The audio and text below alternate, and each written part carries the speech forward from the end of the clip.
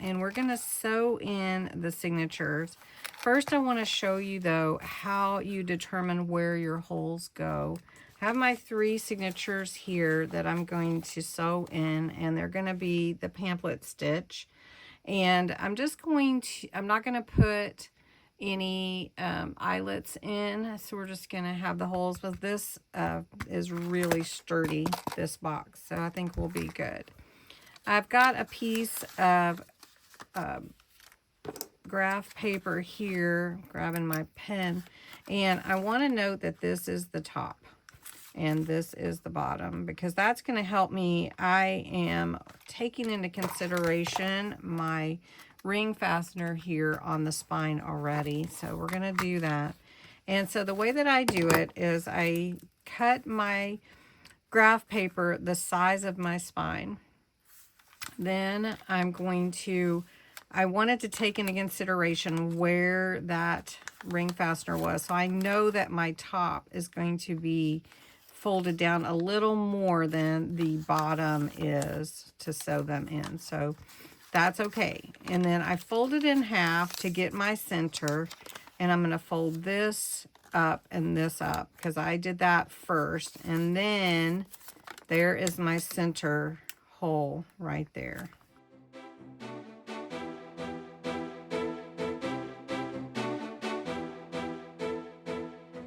Okay, so for this center hole, it's going to be where that fold down is. I don't know if you can see it very well. Okay, there you go. And then for the bottom, I'm only folding up about a 1/2 inch because I just want it from the bottom to be closer. I didn't want it to be all the way up here, you know, that would be too small. So then after I fold that, I fold these 2 sides in, and we mark those 2 sides as well where the other signatures are going to go. And I've got 3. So these are where the holes will sew in to my spine. And every spine might be a little bit different, but this helps me keep them even. So then what I can do is I can use my paper clips or any kind of clip and just use my awl or my crocodile, which is what I'm going to use because it's really strong and easy, and I can just slide in. I'm going to show you. I can slide in my journal all the way in the center so that I can punch that hole. And I've got to watch that ring fastener that's in there. I don't want to mess that up, but it's right here in the center, and I'm using the 1/8 inch, and it's just punching right straight through really well. And so I'm going to punch all these holes, and then we're going to sew in the signatures. I will show you I had a little bit of trouble because that ring fastener was already there getting that hole punched, but it's going to be fine. All right, so what we need to do is take each one of my signatures. I've already got them all cut, and I want to put, I'm putting an envelope in one. And I just need to find out where I want my signatures to lie on here. So I do want one of my pages to be the outside and the inside from the journal. So we're going to do that. And so we'll put this one on the inside. So then all I do is I fold them in half. And you can pre-fold. And they don't have to be the exact same size. You know, journals, they don't have to be the same size. So I'm going to take 2 for each side of these clips and hold my pages together. And then I'm going to punch the holes in each signature so that they line up.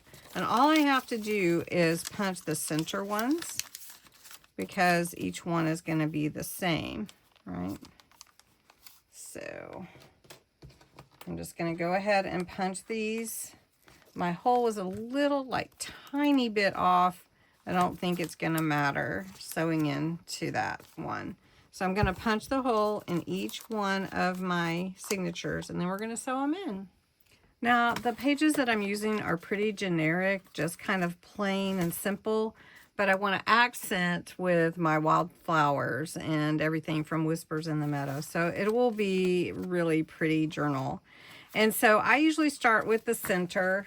It doesn't matter really for pamphlet stitch, but I have all 3 of my signatures ready to go. And I think we'll go this way. So this will be the front, this will be the center, and this will be the back signature.